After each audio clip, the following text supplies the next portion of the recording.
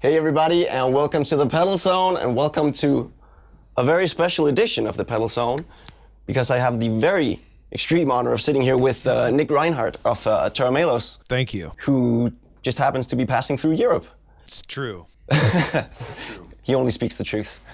Now, I'm very fortunate to catch you passing through Europe. You've been doing some Earthquaker clinics, starting out at Frankfurt, right? Yeah, so Juan and myself were doing the Music Messa convention thing where we were playing Earthquaker devices, pedals, at the Warwick distribution booth thingy, and just kind of demonstrating to passerbys of what Earthquaker stuff can sound like.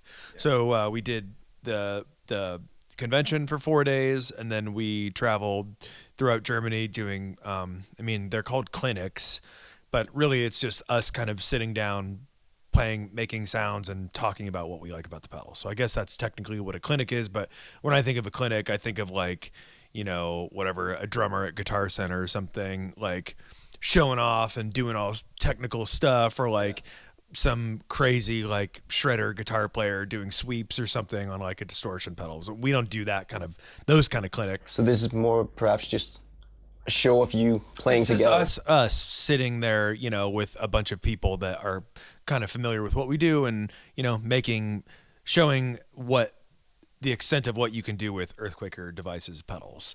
So it's a little less of a standard clinic thing. There's no like E minor like blues scales ever happening or anything. No. Yeah, because like you say, showing what you guys do. Yeah. What you guys do isn't your standard your blues in A. It's true. So, and I guess that is kind of why Earthquaker appeals so much to you, because it can really go from the subtleties to the extreme. Yeah, it's true. They have what I kind of refer to as like their utility pedals, which are their like really nice overdrives, and they've got good delays and, a boost, or this or that are just sort of like your basic things. And they do those really, really well. And they also do like kind of more far out extreme sounds very well also. So, there's a wide variety of stuff that you can do. And the boards that we're traveling with, we kind of selected, we can't bring the entire line with us. But it's massive. Yeah, they've got a lot of stuff. I don't know how many they have at this point. They must have like, I don't know, maybe 40 or 50, I guess, maybe even more than that. But yeah, so we just select like what our favorite things are, and traveling with like lots of gear sucks, especially when you're not on tour in a band. It's like, oh well, cool, we're traveling across Europe still with gear, so we minimized what we brought, but we selected our favorite pedals and our favorite sounds that we're able to get, and it was pretty cool. It was fun. So we did. And those are, what's your favorites? We each had like 15 pedals on the board. Yeah. So we talk about streamlining, but we still brought quite a bit of pedals. I guess my favorites Earthquaker devices would be the first three that I got were the Rainbow Machine, the Bit Commander, and the Organizer. So those are probably to this day still they put out, they're kind of cranking stuff out every year. They have like sometimes up to like maybe 4 or 5 pedals a year. Maybe even more than that. But so they're constantly coming out with new and innovative ideas. But those 2 or those 3 remain definitely at my top still, that are always on my pedal board. And, if we're doing some weird recording or this or that, those are always 3 pedals that I can pack along, and expect to get something interesting out of them, no matter what the context is.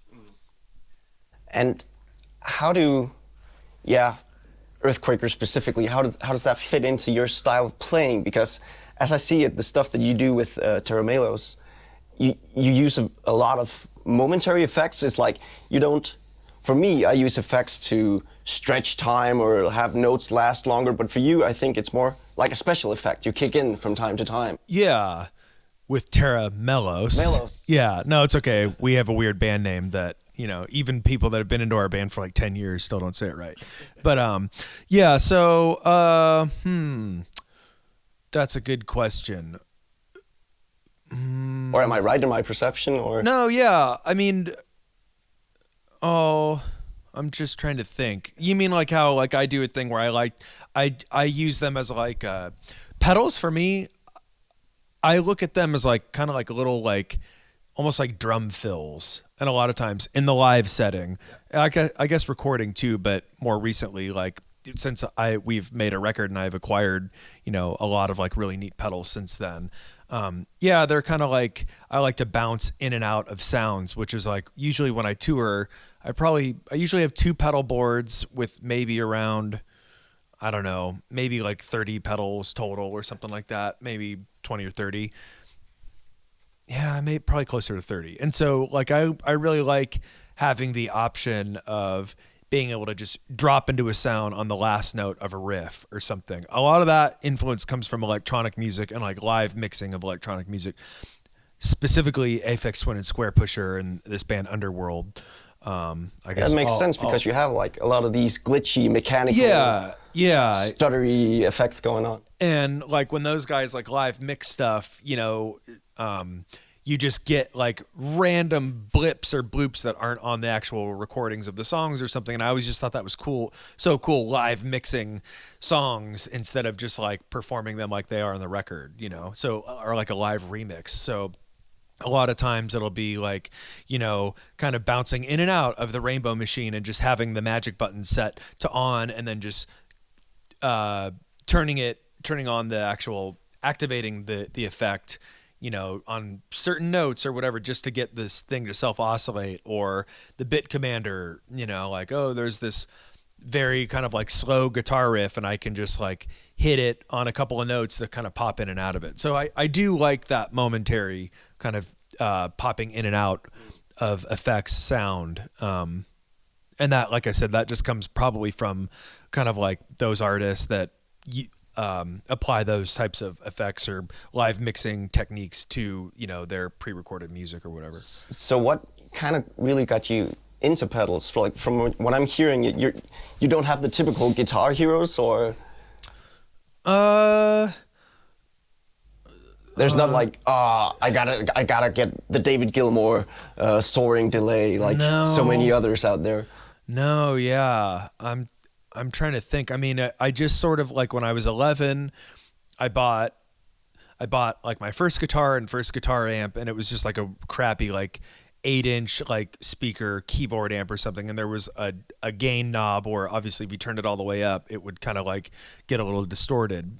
And so that was like cool. That was like a really fun thing. I remember me and my dad would like laugh about like, oh, turning it up and playing like an Aussie guitar riff or something. But so I think if I remember it correctly, the first pedal I had was the DoD Classic Fuzz, which is the orange one, like FX number 9 or something, or that may have been the delay. But basically, like when I was really young and starting to play guitar, I probably up till like 15, I acquired a few different sounds. Like I had a Korg Pandora, which was like a multi-effect unit to where you could get all sorts of different guitar sounds and like very, very early like modeling basically. And then I had borrowed, I think when I was like 12, I borrowed, I think it's the DFX 9, the DoD. It's like a digital delay that has like 2-second looping if you double click it, and then you can manipulate the 2-second loop. So I had that one as well. You can get some really cool skipping record thing with that. And actually, like I remember turning that on and figuring out how to play, I guess it would have been like Where the Streets Have No Name. Oh, yeah. And just being like, oh, well, that's the sound right there. If I set the delay right around there, I could get something that sounds really, really similar to that. And I'm just thinking like, oh, that's neat. Like you could get different sounds with playing guitar. As like a young kid, that was a pretty cool thing. And then I think I got a phaser. And then I want to say between the multi-effect Korg thing, like a fuzz, a phaser, and borrowing my friend's delay, that was sort of my first exploration into like making the guitar sound different, and then I got into punk bands and stuff where effects didn't really matter. It was just, distortion or whatever. And then got into more interesting music, kind of like probably like around 9th grade. A friend had shown me those artists that I was talking about, some like electronic sounding stuff. And being into like punk bands. I was a skateboarder, and that was like really into punk music and stuff, and then to all of a sudden like be introduced to this other kind of music, like electronic based stuff. It was really strange because like, I'm like a punk rocker skateboarder. Yeah. It feels kind of weird to be into this stuff, but I couldn't deny that I liked that type of music so much. It was just something that was like, hitting me like primally, like somewhere in my guts. I really, really liked it. So listening to that music, is that also what has developed your very unique tapping playing style, trying to recreate some of those? Yeah, I mean, rhythmic. Sometime after that, I got into like just for fun, like programming music on a computer, with like software and stuff. And what I think I've probably talked about this before, but one thing that got me really into like doing tapping stuff was, you could program all these notes on like a piano roll basically, and like make them go so fast and have all this crazy shit happening. And it's like a really fast thing with these effects on it. And at one point I was like, oh, well, that would be really neat if you could play that on a guitar. And so I would, transpose stuff that I had written in a computer program with these crazy sounds and try and figure out how I would perform that on guitar. And so that kind of like expanded my mind as far as like being able to play faster, or I can't really play that fast, but I'm just saying, with tapping stuff or sounds, it was, same with applying that to like sound manipulation, like you could easily pull up, some sort of bass synth sound and kind of tweak it and the pitch and the mod wheel and stuff on programs. So, well, how would you be able to do that on a guitar with pedals? Yeah. And you just kind of like go through that process and figure out how to do it. So yeah, but as far as sounds, it was just sort of like, I started early. I thought it was cool, then didn't really care about it too much. And then I was kind of reawakened to, like interesting sounds on a guitar, probably sometime in high school, like in the punk band days, I maybe started collecting a few extra things. And when Tera Melos started, I think like I probably had that delay pedal, that purple Boss, a tuner. I was using amp distortion at the time, but I wonder if I would have had an overdrive. And then I had the first like weird pedal I got was my friend Pat had given me. It was the Digitech synth wah. Oh yeah, cool. Was it the bass synth wah or just the regular synth wah? I think it was just the regular synth wah. And it's the green one, right? Yeah. And he had given it to me because this is when I was in a punk band. He's like, yeah, this thing. We played in bands together or played shows together and stuff. And he's like, yeah, I don't really understand this thing. It makes really weird sounds. So I was like, I'll take it. And so then that was like the first pedal that was like designed to make very non-guitar like sounds. So that was like my first one, and I still have it. It's broken at this point, but yeah. So I guess that's sort of my like effect pedal evolution journey. Yeah, that's very cool. And like you must have built so much knowledge about effects now. When you write new stuff, do you instantly know, okay, you hear these sounds in your head, I need this and that pedal, or do you still like free roll it and what happens when I hit this one, I like... Is everything pre-planned in your head, or? It's not pre-planned, but even like, I don't know. There are times where I have a sound in my head, like I even today on the plane ride over here, something had popped up when I was thinking about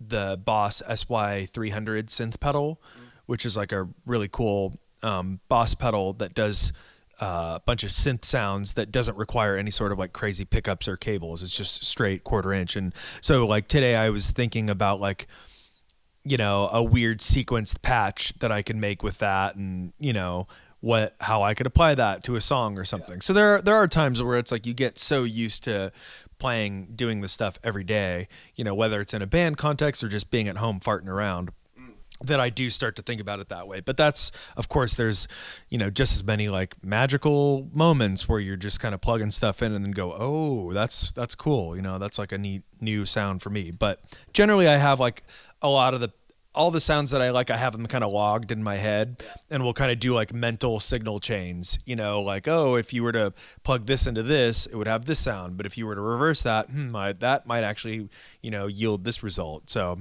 kind of, it just goes both ways, I think. Do you think in sounds more than melodies, if you know what I mean?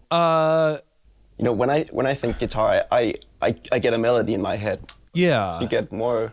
I wouldn't say I think in sounds more than melodies, because if anyone that's familiar with my music, like I am very much into like melodic sounding stuff and like weird. It's very catchy.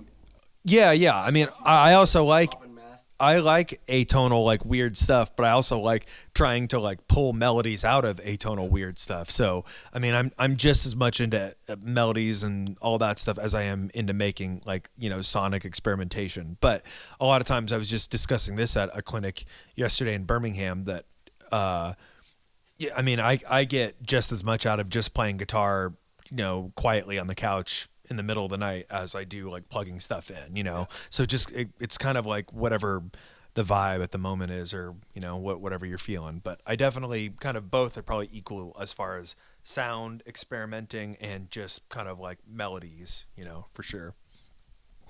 Well, thank you very much for sharing all this with us. Yeah. I learned a lot. Cool. Good. Thank you for having me.